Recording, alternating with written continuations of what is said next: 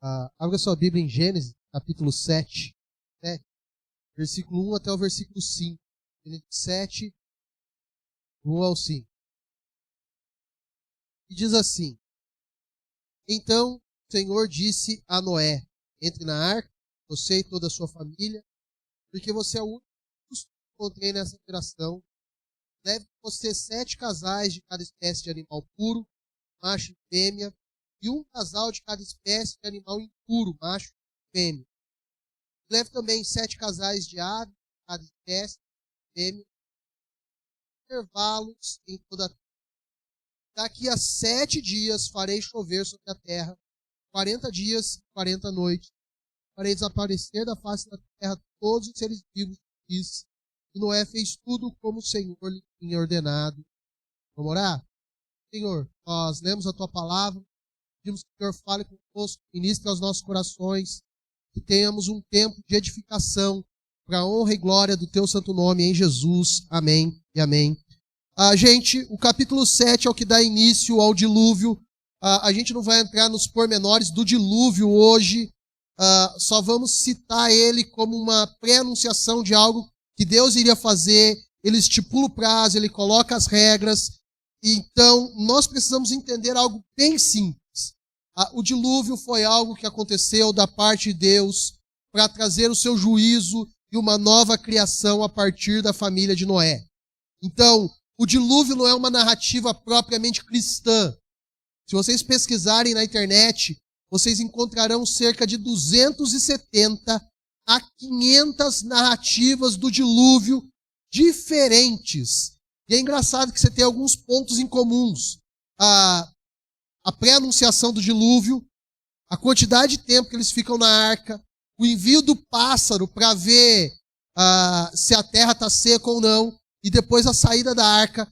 Muito legal. Então, só alguns povos que têm uma narrativa do dilúvio. A Mesopotâmia é a região que pega do norte do Egito até um pouco do Oriente Médio, fazendo uma espécie de meia-lua naquela região. Tá? Então, o Oriente Médio, a Baixa Europa, que a gente chamaria hoje, mais a ponta do Egito, toda aquela região é chamada de região do crescente fértil, aonde a Mesopotâmia surgiu, cresceu, se expandiu, e foi um dos grandes impérios. Eles têm um relato, uma história acerca do dilúvio. Outro povo antigo, a Babilônia. A Babilônia, desde os tempos antigos, da história narrativa deles, conta e fala. Só que a Babilônia é uma região muito similar a onde estava a Mesopotâmia, o povo de Israel e tudo mais. Daí você pensa, não, ali pode ser um dilúvio parcial, então. Eu vou citar 2 povos que eles estão bem distantes e bem longe da região do crescente fértil. O primeiro é a Índia. A Índia está lá na Ásia, bem longe, bem distante, e também tem um relato acerca do dilúvio. Para vocês ficarem mais felizes ainda, o Havaí. O Havaí também bem longe, bem distante, e tem uma descrição acerca do dilúvio. Se vocês continuarem pesquisando na internet, vocês vão encontrar alguns locais que vão falar de 270, outros vão falar de 500 povos diferentes que falam acerca do dilúvio. Conclusões que eu chego a partir disso, há uma veracidade daquilo que a Bíblia narra, daquilo que a Bíblia instrui, daquilo que a Bíblia fala. Não é um mito, de fato aconteceu globalmente, e vários povos do mundo antigo comprovam, afirmam, atestam, indicam que houve um dilúvio desse sentido. Algo muito parecido é o fato de encontrar algumas ossadas de peixes muito grandes na região do deserto do Saara, por exemplo. Já foi encontrado baleias, ossada de baleias, de tubarão, em uma região que hoje é inóspita, né? Que aponta para o dilúvio que a gente entende que aconteceu no tempo antigo. Só para vocês pesquisarem, você tem um texto que fala sobre o dilúvio, que é a Epopeia de Gilgamês. Epopeia de Gilgamês. Para quem assistiu Os Eternos, um dos Eternos tinha o nome de Gilgamesh. Gilgamesh era um dos mais fortes dos Eternos que tinha é aquele que acaba sendo morto por um dos deviantes. Obviamente vocês sabem que a maioria das histórias contadas na Disney são inspiradas nos povos antigos, em deuses antigos. O Gilgamesh é um dos que enfrenta o dilúvio, passa por dilúvio e sobrevive ao dilúvio na cultura, se não me falha a memória, na cultura indiana. Tá? Então não é qualquer um que está inspirado, que aparece ali, é alguma coisa histórica presente que a Disney usa, usou nos quadrinhos, usou nos filmes, e só uma curiosidade para mim e para você aqui. Dito tudo isso, eu preciso continuar afirmando e dizendo, o dilúvio não é um mito, de fato ele existiu, o dilúvio foi universal e não parcial, o dilúvio foi um juízo de Deus para a humanidade, porque a humanidade não obedeceu os princípios e valores do Senhor. Dito isso como introdução, eu tenho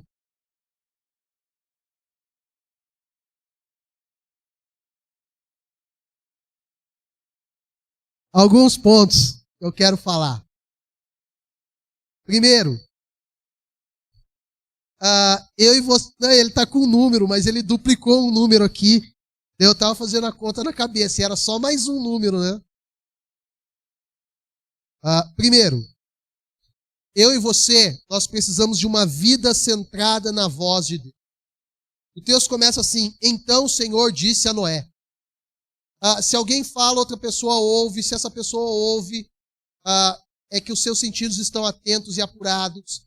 Mas para os sentidos estarem atentos e apurados, principalmente no que diz respeito a Deus, nós precisamos estar constantemente nos relacionando com Ele. Se nós entendemos que a voz de Deus continua a falar, a ministrar, nós precisamos ouvi-la. Se nós precisamos ouvi-la, nós precisamos de atenção. E aí tem um ponto importante. Eu e você fomos criados com 2 orelhas, 2 ouvidos e uma boca. Então, em tese, nós deveríamos ouvir muito mais do que falar. Só que uma consequência do pecado que eu tenho percebido é que nós gostamos muito de falar e pouco de ouvir. E o ponto em questão, e o texto deixa isso muito claro por meio de um antropomorfismo, é Deus usando algo que é propriamente humano, falar e ouvir, para ministrar ao nosso coração. Então, o que eu e você precisamos é ouvir a voz de Deus para aí sim termos uma caminhada excelente. O que eu quero falar? Noé ouviu a voz de Deus, obedeceu a voz de Deus, e o caminho dele se torna excelente, porque tudo aquilo que ele tinha que fazer, ele faz. Qual é o problema das nossas vidas e o porquê nós tropeçamos e caímos várias vezes? Nós ouvimos a voz de Deus, não damos atenção à voz de Deus, e daí caímos, falhamos e erramos. Noé, portanto, é alguém fora da curva. Se você fizer um paralelo com outra pessoa que ouvia a voz de Deus, Sansão, você vai perceber que ele ouvia a voz de Deus e se desviava da voz de Deus. Sansão era um nazireu de nascimento. Portanto, ele não deveria tocar em nada morto. Ele toca num leão. Ele não deveria se relacionar com prostitutas. Ele se relaciona com uma prostituta. Ele não deveria casar com uma mulher que não fosse do povo de Deus. Ele se casa com uma mulher que não é do povo de Deus. Perceba, ele sabia a orientação, mas ele não cumpre nada da orientação. E já que eu citei o Gilgamesh, que era extremamente forte lá nos Eternos, Sansão também é extremamente forte. E daí ele acaba contando o segredo que ele não deveria contar para ninguém. Perceba, ele é ruim em ouvir.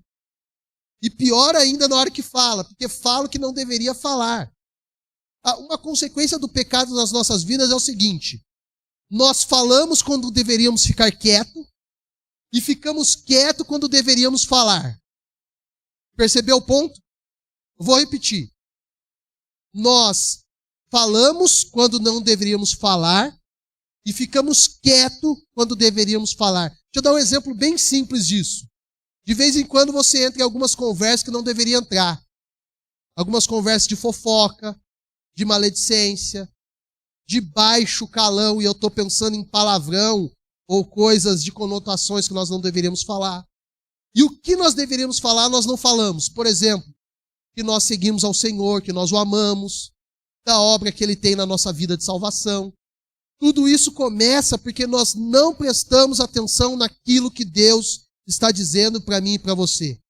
Isso significa que lá na frente nós não andaremos num caminho excelente. E aqui tem um ponto importante. Nós ouvimos a Deus desde quando nós somos crianças. E em determinado momento parece que isso não faz sentido para a nossa vida. Nós precisamos retornar e ouvir a voz de Deus a tal ponto de obedecê-lo.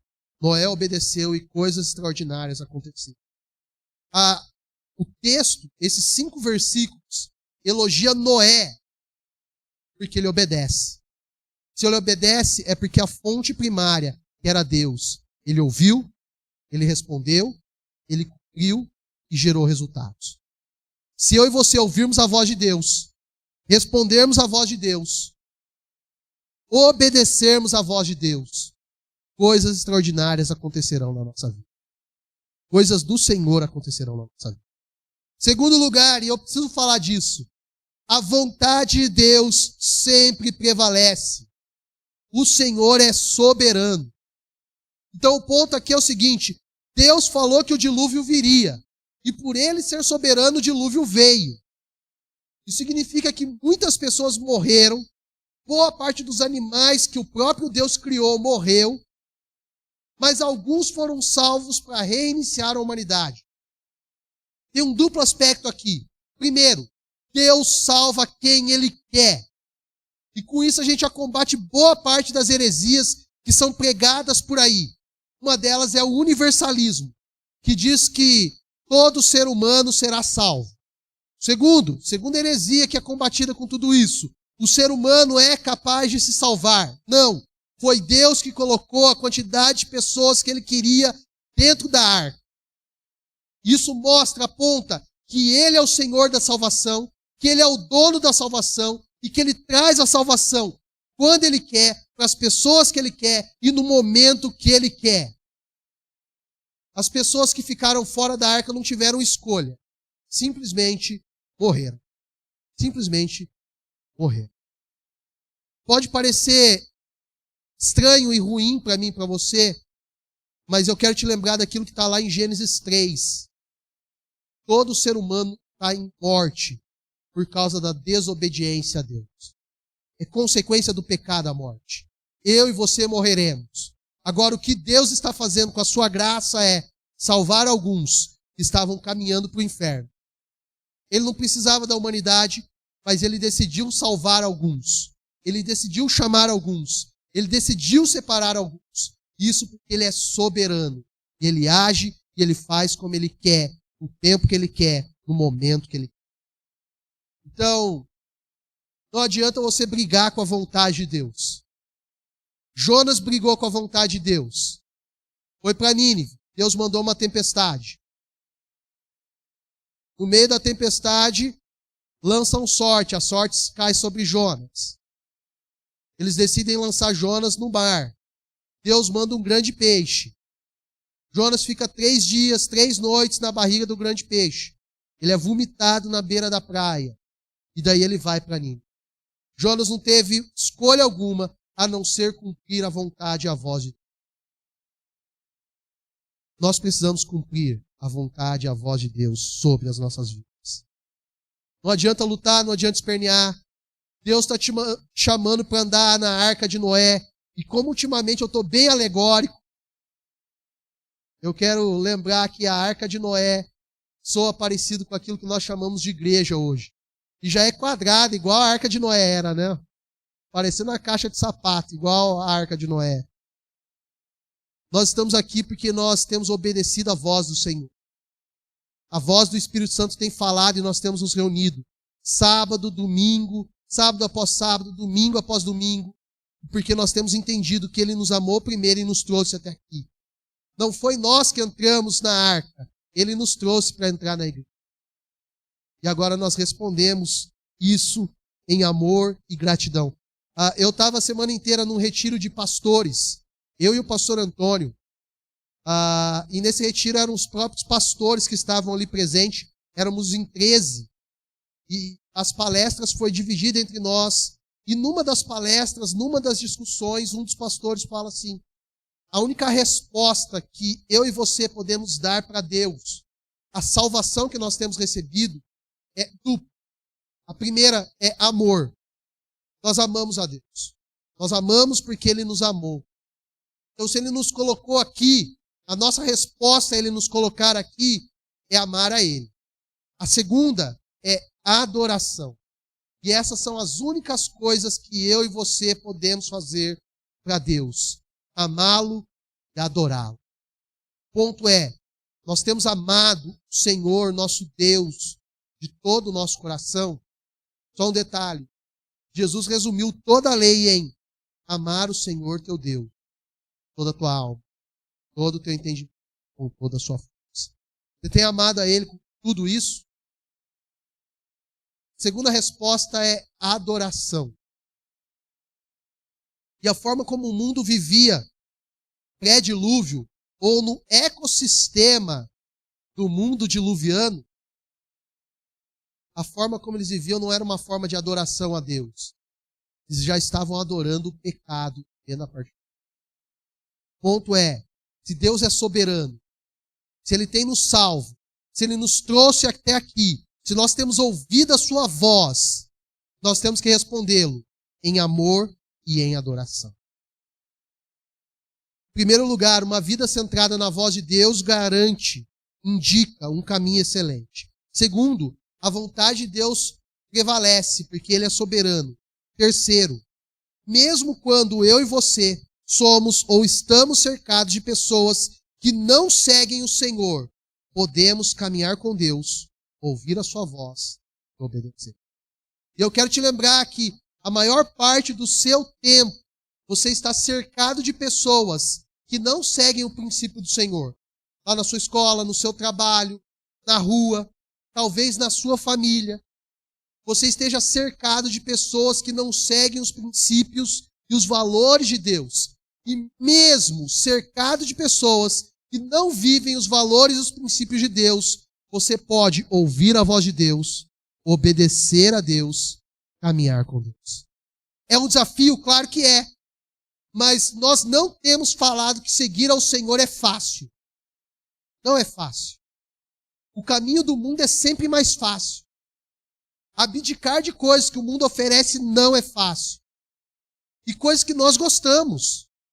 Coisas que nos dariam prazer, mas que não estão de acordo com a palavra de Deus. A forma que nós pensamos, o cristianismo que nós pensamos, continua sendo diferente do que o mundo pensa e os valores do mundo à nossa volta. É um embate entre luz e trevas, entre a palavra de Deus e o que o mundo afirma. Quarto lugar. Os animais que entram na arca, os puros e os impuros, apontam para a ação de Deus na criação, em que tudo era bom.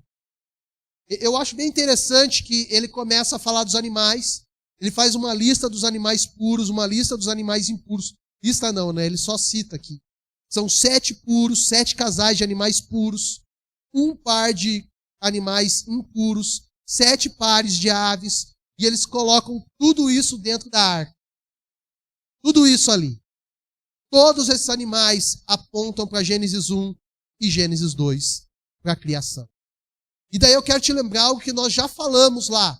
Tudo que Deus faz é bom. Tudo que Deus faz é para a glória dele. Tudo que existe, tudo que há é para o louvor e adoração do nome santo de Deus. Então, se vocês imaginaram toda essa reunião de animais dentro da arca, você deve imaginar 2 coisas negativas. O primeiro, barulho. Barulho. Muito barulho. Muito animal ali. Segundo, o cheiro. Provavelmente o cheiro ali não era bom, não era agradável. Mas perceba, todo aquele barulho eram de animais criados por Deus, adorando ao Senhor como eles sabiam e como eles podiam. E o cheiro lembrava aquele povo que toda a reunião daquele cheiro ruim era em decorrência do pecado humano e que Deus estava tratando o pecado da humanidade. O cheiro ruim, o cheiro mau do pecado, a Bíblia a todo momento e a todo instante lembra, é ruim. Lá em Coríntios vai falar que é um cheiro de morte, um cheiro de podridão. Mas a contrapartida disso é que em Cristo Jesus nós exalamos o bom perfume. Então essa criação aponta para algo maior. Esses animais apontam para a ação de Deus na criação. Cheiro para a queda. O barulho para a adoração. Quinto lugar, a quantidade de dias. E você tem uma dupla quantidade de dias aqui. Primeiro, estava faltando 7 dias para o dilúvio. Segundo, iria chover durante 40 dias e 40 noites. E se você está acompanhando as nossas leituras bíblicas, você já percebeu que esses dois números repetem várias e várias vezes na Escritura. Na verdade, são 3 números que repetem constantemente. O número 7, o número 12 e o número 40. O número 7 que está aqui é o número da perfeição, é o número de Deus.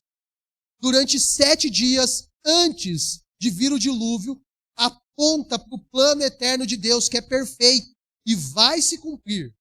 40 dias e 40 noites são os dias que normalmente as pessoas sobem no monte e ficam na presença do Senhor. Significa que quando chover, 40 dias e 40 noites seriam o período em que a presença de Deus traria juízo para a humanidade. Mais para frente nós vamos perceber que eles vão ficar 1 ano dentro da arca. Mas chuva como sinal do juízo, da ação de Deus, 40 dias, 40 noites. O 12 não tem aqui, mas o 12 é um número de escolha. Tinham 12 tribos, 12 discípulos, 12 apóstolos, e por aí vai. É eleição de Deus, tá bom? Mas perceba, a quantidade de dias aponta para uma urgência de obedecer àquele que é perfeito.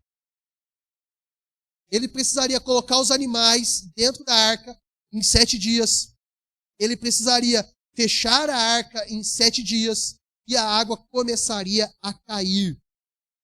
É urgência obedecer à voz de Deus. Nós não estamos diante do dilúvio, mas nós estamos numa contagem regressiva para a volta do Senhor Jesus. Nós estamos obedecendo ao Senhor nesse meio tempo. Nós estamos cumprindo a palavra dele nesse tempo. O que está em questão aqui é, ele precisava obedecer a Deus. O segundo aspecto, existia a perfeição de Deus nesse texto, mas ao mesmo tempo você tinha misericórdia de Deus para aquelas pessoas. Toda a humanidade era pecadora. E Deus age com misericórdia, poupando uma família, reiniciando a humanidade. E nós estamos aqui por causa dessa ação misericordiosa de Deus. Ele poderia ter eliminado todo mundo e não elimina. E aqui você tem a distinção entre misericórdia e graça. Nós somos salvos pela graça de Deus. Mas a graça de Deus age porque a misericórdia de Deus agiu antes. Graça é Deus nos dar aquilo que nós não merecemos. Nós não merecemos o céu e Deus nos deu em Cristo Jesus. Misericórdia é Ele não nos dar aquilo que nós merecíamos. Eu e você merecíamos o inferno. Por isso que a gente não toca aquela música aqui na igreja. Restitui, eu quero de volta o que é meu. O que era nosso era o inferno. E Deus não nos deu isso. Por misericórdia e por graça, Ele nos deu o céu. Perceberam a diferença? Entenderam a diferença? Eu vou repetir. Graça é a ação de Deus em nos dar aquilo que nós não merecíamos. Nós não merecíamos o céu e Ele nos deu. Misericórdia é Deus não nos dar o que nós merecíamos. Nós merecíamos o inferno, mas Ele nos deu o céu. É esse o ponto. Deixa eu te fazer uma pergunta. Se você soubesse que o fim está próximo, o que você faria? Se você soubesse que o fim está próximo, o que você faria? Agora, eu preciso te lembrar de uma carta, e nós ficamos um acampamento inteiro trabalhando ela. 1ª e 2ª Tessalonicenses, são 2 cartas, né? Nós ficamos um acampamento inteiro trabalhando ela. E um dos pontos em questão, chave ali, é a volta de Jesus, que eles estavam vivendo a partir da iminência da volta de Jesus. Isso trazia neles um senso de urgência. E nós continuamos a crer que Jesus pode voltar amanhã. Da mesma forma que o dilúvio viria a 7 dias. Então, como que nós vivemos a partir disso? Nós sabemos que Jesus vai voltar. Em breve ele vai voltar. Nós não marcamos dia. Mas assim como o sol nasce no Oriente e se põe no Ocidente, nós sabemos que ele voltou. Nasce no Oriente e se põe no Ocidente. Estava certo. Estava certo, é isso aí. Ele nasce no Oriente e se põe no Ocidente, é isso mesmo.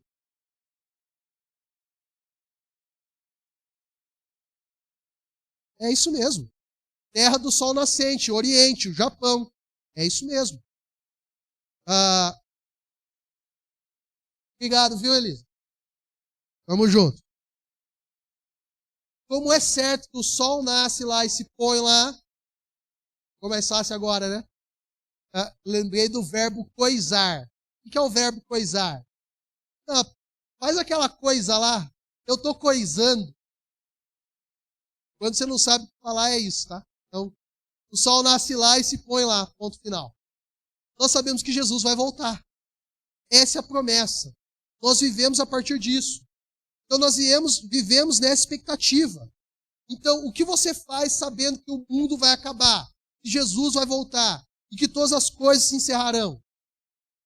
O ponto-chave aqui é missão. Noé cumpriu a sua missão, obedeceu a Deus. Eu e você somos pessoas chamadas por Deus para viver uma missão no mundo. Que missão é essa? Proclamar as verdades do reino. Proclamar as verdades do Senhor Jesus. Como? Com as nossas palavras, com as nossas atitudes, com as nossas ações, com a igreja que nós fazemos parte. Então eu quero te lembrar uma urgência da missão, que é minha e sua. Você foi chamado por Deus, escolhido, separado, para viver a eternidade com Ele no céu. Para que antes disso? Proclamar as verdades daquele que te chamou das trevas para a maravilhosa luz. Colossenses capítulo 1, versículo 13 e 14. E Ele nos libertou do império das trevas e nos transportou para o reino do Filho do seu amor, para que proclamemos as virtudes daquele que nos tirou das trevas e nos levou para a sua maravilhosa luz. É exatamente isso que nós fazemos. Falamos do amor de Deus. Falamos do amor. Sexto lugar. O texto aponta uma clara indicação de que Deus fez, de que Noé fez tudo conforme Deus queria. E se vocês lembram da pregação da semana passada, a gente estava sentado aqui na frente, não transmitimos, nós já falamos da obediência. Falamos da importância de ler a palavra de Deus e obedecer a palavra de Deus. Aqui hoje nós falamos de ouvir a voz de Deus e obedecer a voz de Deus. E talvez você esteja pensando assim, nossa, mas a Bíblia está muito repetitiva, tá? E é proposital. O nome disso dentro da pedagogia é reforço pedagógico, na qual um termo, uma ideia é repetido constantemente para que aquilo fique na nossa cabeça. E só um ponto extremamente importante. O dilúvio estava acontecendo porque as pessoas não obedeceram a Deus. A queda e as pessoas foram expulsas do Éden porque as pessoas não obedeceram a Deus. Então, só um detalhe. O ponto é que nós continuamos a ouvir a Deus e desobedecemos. E se você não tem percebido isso, o raio-x do mundo à nossa volta mostra isso para mim e para você. Nós vivemos numa sociedade que odeia a obediência. Vou dar um exemplo bem simples. Você era adolescente, ou você é adolescente, ou pré-adolescente como a Sara. E você quer ter uma vida de liberdade. Você quer ter o seu quarto, a sua privacidade, o seu dinheiro, e não quer ligar ou não liga para nada que as outras pessoas falam para você. Principalmente o seu pai e a sua mãe. Se você não viveu esse momento, você vai viver. Mas eu tenho quase certeza que todos nós que estamos aqui vivemos esse momento que nós chamamos de rebeldia, mas que a palavra de Deus chama de desobediência. Tem um termo técnico para isso: anarquia. O mundo anárquico é um mundo que não quer ter regras, não quer ter princípios, não quer ter valores e quer fazer o que ele quer, quando ele quer, no momento que ele quer. Esse é o caos que o mundo à nossa volta vive.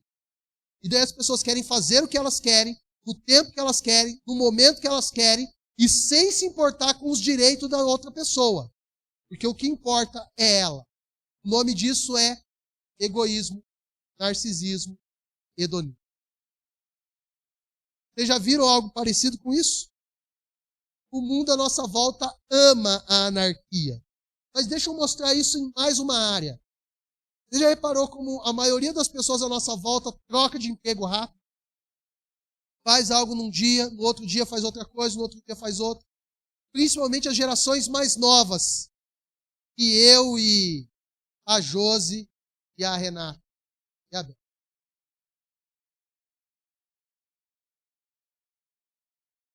Samuel é velho. O Samuel também. As pessoas vivem numa troca de emprego, não têm satisfação. Por quê? O que gerações anteriores viviam uma vida inteira para construir uma carreira no mesmo lugar, a geração mais jovem não quer aturar um chefe falando para ela o que ela tem que fazer o tempo todo, porque ela quer viver de acordo com o que ela quer viver, com o que ela pensa, com o que ela acredita. O que está na raiz de tudo isso? Não obedecer à voz de Deus. Desobediência. Agora, o ponto central da Escritura e da ordem que Deus deu é a obediência. E nós vamos continuar reforçando tudo isso. Então, só um detalhe: você pode viver a sua vida, você pode trocar de emprego, você pode desenvolver o seu próprio trabalho e continuar obedecendo a Deus. O ponto que eu falei é a raiz de tudo isso. Trocar de emprego em si não é errado. Você querer viver uma vida sua também não é errado. Desde que você viva uma vida sua obedecendo a palavra de Deus. Desde que você troque de emprego e continue obedecendo a Deus. O ponto central é esse. Você pode fazer tudo isso e obedecer a Deus. Você pode fazer tudo isso e obedecer os seus pais. Pode. É possível. É possível. Então aqui no texto há um reforço pedagógico e no próximo trecho que a gente pegar vai continuar falando de obediência também. Há um reforço pedagógico de repetição para apontar aquilo que Deus deseja de nós.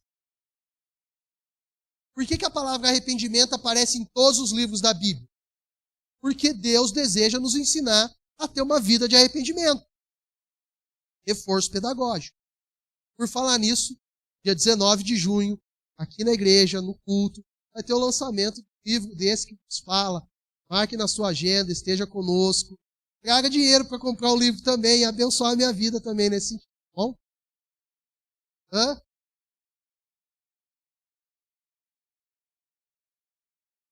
O livro custa R$50 e nós vamos dar um bom desconto de R$20 e ele vai sair para você por R$30. Olha que benção. Que belo desconto, hein? Que benção demais, olha. Não, brincadeira, gente, mas eu acho que vai ser 30 mesmo. Aplicações. Primeiro, nós precisamos ouvir a voz do mestre. Ele está falando, a gente precisa ouvir. E só um detalhe, nós ouvimos a voz de Deus de duas maneiras claras e audíveis.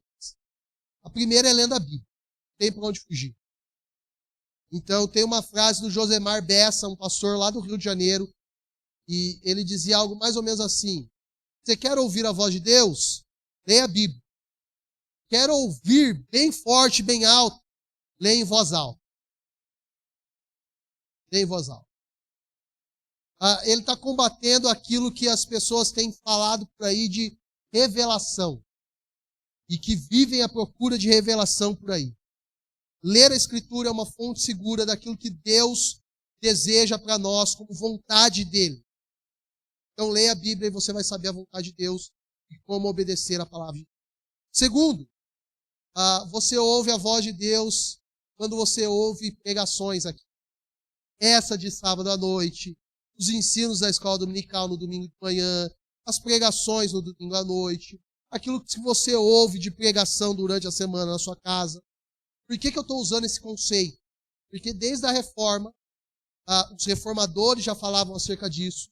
Quando o pastor prega, proclama a palavra de Deus, é Vox Dei, é voz de Deus falando a nós. Então você pode ouvir isso daqui, porque quando nós estamos falando, ministrando, pregando, é a voz de Deus falando o que Ele quer para mim e para você. Segunda aplicação. Para ouvirmos, precisamos retornar às práticas e disciplinas espirituais. Eu tenho falado nos últimos 7, 8 anos sobre disciplinas espirituais. É uma das áreas que eu mais tenho gostado. Disciplinas espirituais e formação espiritual caminham juntas. Por falar em formação espiritual, tem um curso aí nosso também, no Hotmart, sobre formação espiritual. Eu estou na sessão Merchan, viu, gente? Sessão Merchan. Então, tem um curso sobre formação espiritual. Não é aquilo que nós estudamos em escola dominical. Se vocês tiverem interesse, a gente manda o link lá depois. Vocês ao menos clicar, já ajuda no algoritmo lá e já é bem. Bom?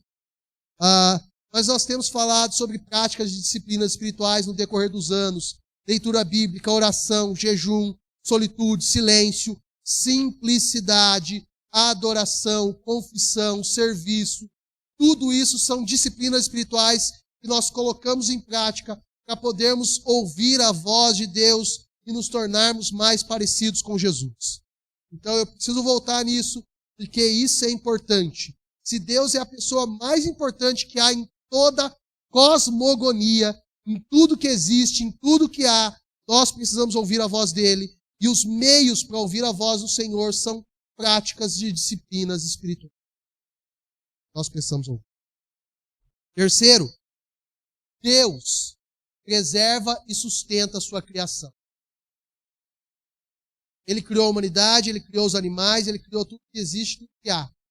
Quando ele manda e ele envia o dilúvio, ele continua sustentando a sua criação. E continua cuidando da sua criação.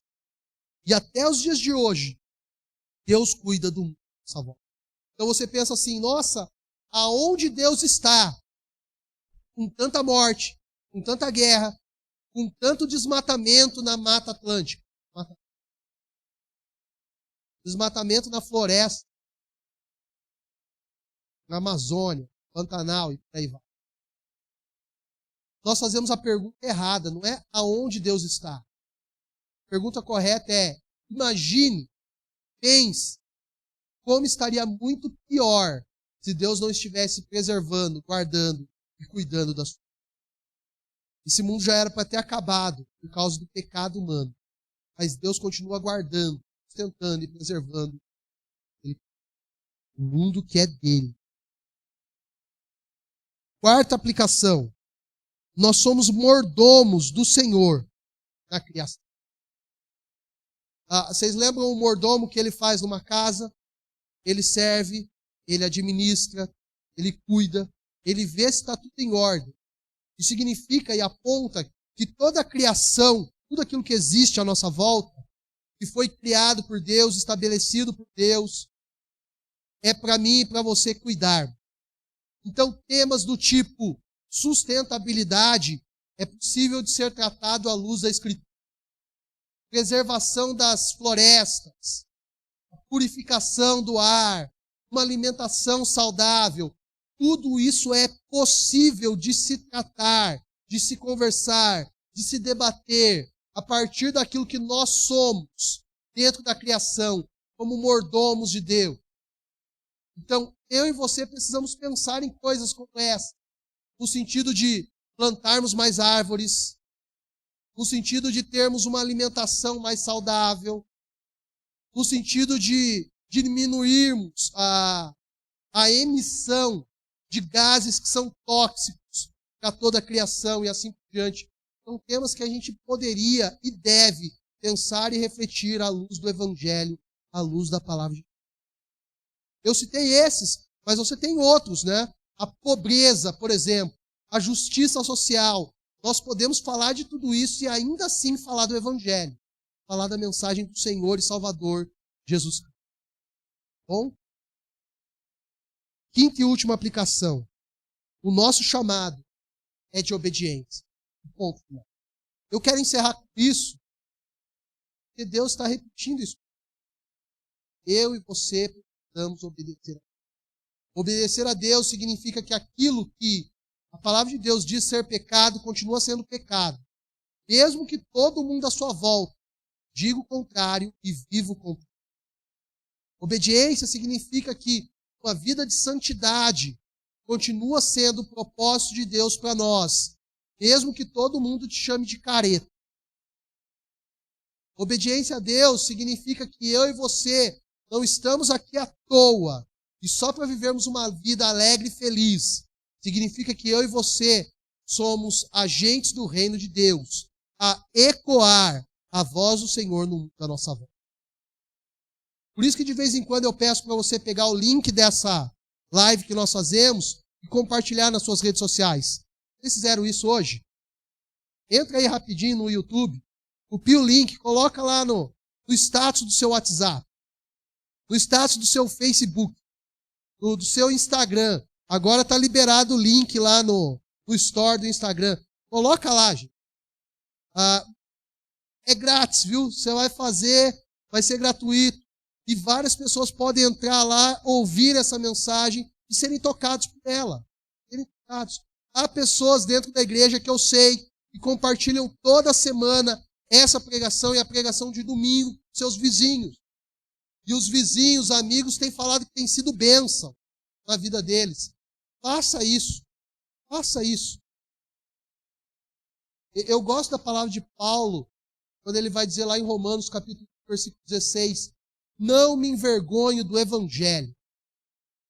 Eu e você não podemos nos envergonhar daquilo que nós cremos. Nós cremos no Evangelho. Somos chamados para responder esse Evangelho. Compartilhe. Sinal de obediência. Obediência à missão. Nós estamos aqui para cumprir a missão que Deus